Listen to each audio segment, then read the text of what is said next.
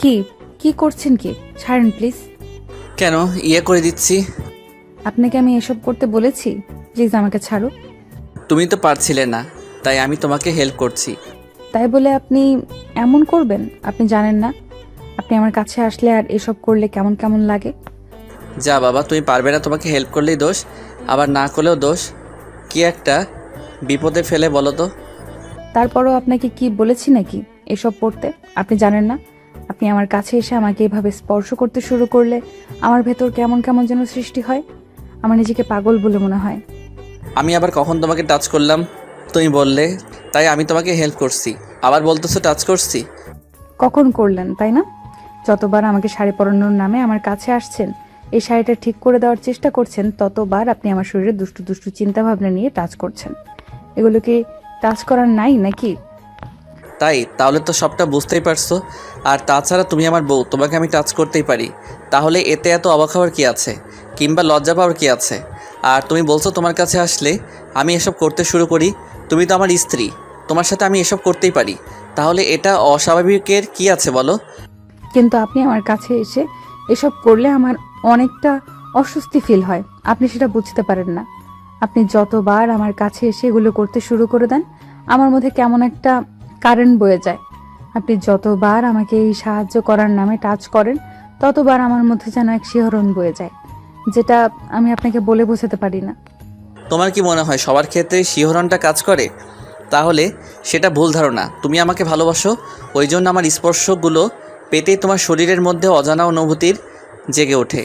তোমার মধ্যে একটা ভালোবাসার ঝড় বয়ে যায়। তোমার ইচ্ছে করে আমাকে কাছে টেনে নিতে, কিন্তু তুমি লজ্জায় সেটা বলতে পারো না। উল্টো বলো যে তোমার অস্বস্তি ফিল করছে। কি করব? আপনি যতবার আমাকে এভাবে স্পর্শ করেন, ততবার আমার মধ্যে এরকমটা হয়। আমি নিজেকে আটকে রাখতে পারি না। বললামই তো, পাগল পাগল মনে হয়। তার উপর যখন আপনি আমাকে আদর করতে শুরু করেন, তখন তো আমার মরে যেতে ইচ্ছা করে। তুমি কি একটু বুঝতে পারো না? তুমি কি এতটাই অবুঝ? আসলে তুমি আমাকে ভালোবাসো, কিন্তু এটা মুখে বলতে পারছো না। পিচ্চি বউ, তুমি না আমাকে প্রচণ্ড পরিমাণে ভালোবাসো, ওই জন্য তখন তোমাকে আদর করতে শুরু করি। তুমি আমাকে আটকে রাখতে পারো না, আর উল্টো আমার বুকের সাথে শক্ত করে জড়িয়ে ধরে রাখো। এটা যে তোমার ভালোবাসা, সেটা কি তুমি বুঝতে পারছো না পাগলি বউ? ঈশানের কথাতে চুপচাপ হয়ে ড্যাব ড্যাব করে ওর দিকে তাকিয়ে রইল। সিনথিয়াকে দেখতে একটু পিচ্চিদের মতো হলেও ওর বয়সটা 17। তাছাড়া ওর মধ্যে অত বেশি ম্যাচুরিটি নেই, যেটা এই 17 বছর বয়স একটা মেয়ের মধ্যে থাকে, কিংবা ওই টাইপের মেয়েরা যত বেশি সব সম্পর্কে জানে, সিনথিয়া তো অতটা জানে না। কিন্তু ঈশান ওকে বিয়ের পর থেকে শিখিয়ে পড়িয়ে দিচ্ছে। 3টা মাস হলো ওদের বিয়ে হয়েছে, আর ঈশান সিনথিয়াকে প্রচণ্ড পরিমাণে ভালোবাসে। কারণ প্রথম দেখাতে ওর প্রেমে পড়ে গিয়েছিল। আর সিনথিয়া যে ঈশানের আপুর ননদ, সেটা হয়তো আপনারা বুঝতেই পারছেন। তো সিনথিয়ার এরকম সৌন্দর্য, ওরকম বাচ্চামি ভাব দেখে ঈশান ওর প্রেমে পড়তে বাধ্য হয়েছিল। কারণ সিনথিয়া সহজ সরল, ওর মন ওকে দূরে যেতে বাধ্য করতে পারছিল না, উল্টো ওকে মায়ায় ফেলে দিয়েছিল। ঈশান সিনথিয়া থেকে দূরে থাকতে পারছিল না, উল্টো ওর সাথে ভালোবাসার কথাগুলো বলতে শুরু করেছিল, ওকে বোঝানোর চেষ্টা করছিল। কিন্তু সিনথিয়ার জন্য ওকে এড়িয়ে যেতে পারলেই বাঁচে। সিনথিয়া ওকে এটুকু বুঝতে পারতো ঈশান ওকে পছন্দ করে। ঈশান ভালোবাসার কথা বলে, আর সিনথিয়া এতটাও অবুঝ নয় যে বুঝতে পারে না। কিন্তু অবাস্তব ঘটনা ঘটেছিল সেদিন, যেদিন ঈশান সিনথিয়া থেকে প্রপোজ করে। আর সেদিন সিনথিয়ার আব্বু আম্মু ওদেরকে দেখে ফেলে। ঈশান ভেবেছিল অনেক বড় একটা ঝামেলা হয়ে যাবে, কিন্তু উল্টো সিনথিয়ার আব্বু আম্মু ঈশানের আব্বু আম্মুর সাথে কথা বলে। আব্বু আম্মু প্রথমে রাগারাগি করলে, তখন সিনথিয়ার আব্বু বলে যে ওদেরকে এক করে দিতে চায়, ওদের সম্পর্কটা আরও মজবুত করতে চায়। যেহেতু ঈশানের আপু ওদের বাসার বউ হয়, সেহেতু ওনাদের মেয়েকে এর থেকে ভালো আর সেফ একটা জায়গায় বিয়ে দিতে পারবে। তারপর ঈশানের কাছে সিনথিয়া বউ হয়ে আসলে ঈশান ওকে খারাপ রাখবে না, কারণ এটা ভাববে যে ওই বাড়িতে ওর আপু আছে, তাই সবটা ভেবেই ওদের বিয়েটা হয়েছিল। কিন্তু সিনথিয়া সেদিন ঈশানের প্রপোজটা অ্যাকসেপ্ট করেনি। উল্টো ও যখন থেকে ওদের বিয়ে হয়েছে, তখন থেকেও ঈশানের কাছে আসতে কেমন যেন ভয় পায়। তারপর এসে ঈশানকে সবসময় নিজের কাছে টেনে নেয়। ঈশান জানে সিনথিয়া একটা সময় ওকে অনেক বেশি বুঝতে পারবে, তাই ঈশান সিনথিয়াকে বারবার জোরপূর্বক নিজের কাছে টেনে নেয়। তো সিনথিয়া কথা বলছিল না দেখে ঈশান ওর মুখের পাশে একটা হাত রেখে তারপর ওর কপালে আলতো করে ঠোঁট জোড়া ছোঁয়াতেই সিনথিয়ার হাত থেকে শাড়ির কুচিটা পড়ে গেল। আপনারা এতক্ষণ কি ভাবছিলেন ওরা কি করছিল? আসলে সিনথিয়া শাড়ি পরতে পারে না, তাই প্রত্যেকবার ওকে শাড়ি পরিয়ে দিতে হয়। আর আজকেও সিনথিয়া শাড়ি হাতে নিয়ে চেষ্টা করছিল। ঈশান জানেও পারবে না, তাই ঈশান সাহায্য করতে গেলে সিনথিয়ার দিকে তাকিয়েছিল। আর ঈশান ওকে শাড়ি পরানোর ছলে বারবার টাচ করছিল। আর যখনই কুচিগুলো গুজে দিতে যাবে তখনই হাতটা ধরে ফেলে। আর তারপর ওদের মাঝে কি কথা হলো সেটা তো আপনারা জানতেই পারলেন। কুচিটা সিনথিয়ার হাত থেকে পড়ে যেতে ও বলতে লাগলো, এই যা সর্বনাশ করেছে, আবারও সেই প্রথম থেকে কুচিটা ঠিক করতে হবে। তোমাকে সামান্য কুচিটা ধরতে দিয়েছি আর তুমি কি না সেটাকেও ফেলে দিলে? তোমার ধারণা কোনো কাজই হবে না?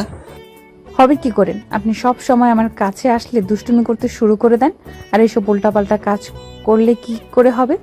আপনি একটুও বোঝার চেষ্টা করেন না, আর হুটহাট করে এসেই আমাকে এমন করে আদর দিতে শুরু করেন। আরে বাবা, তোমাকে ভালোবাসি বলেই তো আদর দিতে শুরু করেছি, নাকি? আমার ভালোবাসাটা তোমার চাই না বলো? তাহলে আমি এখন থেকে তোমার কাছে আসবো না। তাহলে তুমি সেটা সরাসরি বলে দাও। সিনথিয়া অসহায়ভাবেই ঈশান চোখের দিকে তাকিয়ে আছে। ঈশান জানে সিনথিয়া ওকে একটু হলেও ভালোবাসে, কিন্তু সেটা লজ্জার সংসারের কারণে বলতে পারছে না। সিনথিয়া প্রচণ্ড পরিমাণে লজ্জাবতী একটা মেয়ে, তাই ঈশান সবটা নিজে থেকে ওকে বাধ্য করে। আর সিনথিয়া এবার ঈশানের মুখের দিকে তাকিয়ে দেখে ঈশানকে আলতো করে বুকে জড়িয়ে ধরতে ওর বুকে মাথা রাখলো। আর সিনথিয়া ওকে কেমন যেন বাচ্চাদের মতো আঁকড়ে ধরলো। তখন বলতে লাগলো, এই সামান্য কথাতে তুই কতটা কষ্ট পেয়েছো, কতটা খারাপ লেগেছে সেটা আমি খুব ভালো করে জানি। তাহলে আমি যদি তোমার কাছে না আসি, তোমাকে আদর করতে না শুরু করি, তোমাকে ভালো না বাসি, বেশি দূরে সরিয়ে দেই সব সময়, তাহলে তোমার কতটা খারাপ লাগবে তুই ভাবতে পারছো? তুই শুধু শুধু এসব কথা আমার থেকে লুকিয়ে যাও। একটাবার প্রকাশ করলে তো পারো তুমি আমাকে ভালোবাসো। তুমি জানতে না আমি তোমাকে কতটা বেশি ভালোবাসি, যার জন্য এরকম পাগলামি করতাম। ওই জন্য তোমার আব্বু আম্মুর যেচে আব্বু আম্মুর সাথে কথা বলেছিল আর আমাদের বিয়েটা হয়েছিল। তাহলে তুমি আমাকে একটু ভালোবাসতে পারতেছো না কেন? সিনথিয়া কোনো কথা বলছে না। ঈশান নিজের মতো করে ওর ভালোবাসাটা প্রকাশ করে যাচ্ছে। এর মাঝে মধ্যে ভাবে মানুষ এত বেশি ভালোবাসে কি করে, কারণ প্রত্যেক রাতে সিনথিয়াকে ঈশান বুকে নিয়ে ঘুমায়। আর যতক্ষণ অবধি সিনথিয়া জেগে থাকে ঈশান মাথায় হাত বুলিয়ে দেয়, নানান কথা বলে, ওকে ঘুম পাড়িয়ে দেয়, ঠিক যেমন বাচ্চাদেরকে ঘুম পাড়ায়। আর ঈশানও ওর বাচ্চার স্বভাবের জন্য ওকে প্রচণ্ড পরিমাণে ভালোবাসে। কখনো ওর উপর রাগ অভিমান করেনি, কিন্তু যখন খুব বেশি রাগ হয়ে যায় তখন সিনথিয়ার দিকে তাকালে ও ভয়ে একদম কুঁকড়ে যায় আর দৌড়ে গিয়ে ঈশানকে আঁকড়ে ধরে কান্না করে দেয়। তাতে ঈশান আর রাগ করতে পারে না। এটা যেন ওদের নিত্যদিনের একটা রুটিন হয়ে গেছে। ঈশান যতবার ওর উপর রাগ করে সিনথিয়া ঠিকই একই কাজ করে। তো ঈশান সিনথিয়াকে ছেড়ে দিয়ে তারপর ওর সামনে বসে শাড়ির কোচাটা ঠিক করতে লাগলো। এবার ঈশান আর সিনথিয়াকে একটাবার টাচ করলো না। ঈশান সিনথিয়াকে কুচিটা হাতে ধরিয়ে দিয়ে বলতে লাগলো, ঠিক আছে, তুমি রেডি হয়ে নাও, আমি রেডি হয়ে নিতেছি। তোমার আব্বু আম্মু আবার অপেক্ষা করছে আমাদের জন্য।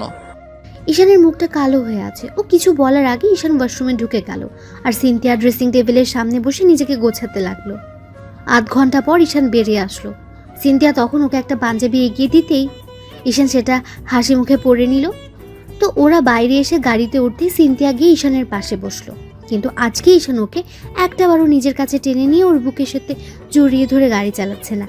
সিনথিয়া আর চোখে ঈশানের দিকে তাকাচ্ছে, কিন্তু একটা বারের জন্য ওর দিকে তাকালো না। তারপর আর কি আধা ঘন্টার মধ্যে ওরা বাসায় চলে আসে। তারপর কলিং বেল দিতে সিনথিয়া ওর আম্মুকে দেখে জড়িয়ে ধরে আর কান্না করে দেয়। সিনথিয়ার আম্মু ওর সাথে কিছুক্ষণ কথা বললে সবার সাথে ঈশান স্বাভাবিকভাবে কথা বলল। তারপর আর কি দুজনের রুমে চলে আসলো। তারপর বিছানায় শুয়ে পড়তেই বলতে লাগলো, কি হলো? আপনার খারাপ লাগছে নাকি শরীর খারাপ করেছে আমাকে বলেন। না, আমার ঘুম পাচ্ছে, আমি একটু ঘুমাই, তুমি ঘুমালে ঘুমাতে পারো। আচ্ছা ঠিক আছে, আমি তোমাকে ডিস্টার্ব করবো না, ভয় পেও না। এভাবে বলছেন যেন আমি আপনাকে কমেন্ট করে ডিস্টার্ব করতে শুরু করব। ঘুম পাচ্ছে ঘুমান, এইসব আবার বলার কি আছে? আসেন, সেটাই তো। ঈশান বিকেলের দিকে ঘুমিয়ে একদম সন্ধ্যার দিকে তাও সিনথিয়ার ডেকে উঠালে দেখলো সিনথিয়া একটা থ্রি পিস পরেছে আর শাড়িটা খুলে ফেলেছে। আর ওকে এখন আরো বাচ্চাদের মতো লাগছে। ঈশান কিছুক্ষণ ওর দিকে তাকিয়ে থেকে তারপর সিনথিয়া যখন বলল, আম্মু আপনাকে খেতে যেতে বলেছে, আব্বু বসে আছে আপনার জন্য, ফ্রেশ হয়ে আসেন। ঈশান উঠে গিয়ে ফ্রেশ হয়ে তারপর দুজন মিলে নিচে গেল। ঈশান খাবারের আইটেম দেখে অবাক হয়ে যাচ্ছে আর মনে মনে ভাবছে জামাই আদর বোধ হয়ে একেই বলে। ঈশান যতবার সিনথিয়াদের বাসায় এসে ওর আম্মু ওকে এক গাদা খাবার রান্না করে বসে থাকে। শত হলেও একমাত্র মেয়ের জামাই বলে কথা। তার উপর ঈশানের আপু আর সিনথিয়ার ভাইয়া এখন এখানে থাকে না, ওরা দেশের বাইরে চলে গেছে। তাই যতবার এ বাসাতে আসে ওদের আপ্যায়ন সিনথিয়ার আম্মুই করে। তো খাওয়া দাওয়া শেষ করে ঈশান ওর সবার সাথে কিছুক্ষণ কথা বলে তারপর রুমে আসে। ওর পেছন পেছন আসলো। ঈশান রুমে গিয়ে বসতেই সিনথিয়া কিছুক্ষণ ওর আশেপাশে ঘুরঘুর করতে লাগলো। ঈশান বিষয়টা বুঝতে পেরে উঠে গিয়ে ব্যালকনিতে দাঁড়ালো। এবার সিনথিয়া ভাবতে লাগলো, কি ব্যাপার, কি হলো? উনি কি আমার উপর রেগে আছে? তখন কথাগুলো এভাবে বলাতে উনি আমার উপর অনেক বেশি অভিমান করেছে, কিন্তু আমি কি করব? আমি তো এই কথাগুলো অমন করে বলতে চাইনি। তাহলে তখন আমার চুপ করে থাকাতে আমি ওনাকে ভালোবাসি কথাটা না বলাতে এভাবে কষ্ট পেয়েছি। সিনথিয়া আকাশ কুসুম ভেবে তারপর ব্যালকনিতে গিয়ে ঈশানের পাশে দাঁড়ালো। তারপর ওর দিকে একবার তাকালো না। তখন সিনথিয়া বলতে লাগলো, আচ্ছা, ঘুমাবেন না? তাছাড়া আপনার তো কালকে অফিস আছে, অফিসে যাবেন না? না, ঘুম আসছে না। আর অফিস থেকে ছুটি নিয়েছি। আপুকে বলেছি অফিসে যেতে, কারণ তোমাদের বাসায় যতবার এসেছি ততবার তুমি মন খারাপ করে থাকো। কারণ আমি নাকি কাজের ব্যস্ততা দেখাই, ওই জন্য যতদিন এখানে থাকবো ততদিন এখানে সবার সাথে সময় দিব। ঈশানের কথাতে সিনথিয়া অনেক খুশি হলো। তারপর মুচকে একটা হাসি দিতে ঈশান একটা দীর্ঘ নিঃশ্বাস ফেলে বলতে লাগলো, একটা কথা জানো কি, আমরা তাকেই বেশি ভালোবেসে ফেলি যাদের কাছে আমাদের কোনো মূল্যই নেই। এই ধরো তোমার কাছে আমি নিজে থেকে 6টা মাস তোমার জন্য পাগলামি করেছি, কতবার প্রপোজ করেছি তার ঠিক নেই। আর সেই যেদিন প্রপোজ করলাম তোমার আব্বু আম্মু সবাই দেখে ফেললো। ভেবেছিলাম অনেক বড় ঝামেলা হবে, কিন্তু উল্টো ওরা আমাদের এক করে দিল। ভেবেছিলাম তুমি আমাকে বিয়ের পর ভালোবাসতে পারবে, তাই তোমাকে জোর করে নিজের কাছে টানতাম, কিন্তু জানতাম না তুমি আমাকে একটু ভালোবাসো না।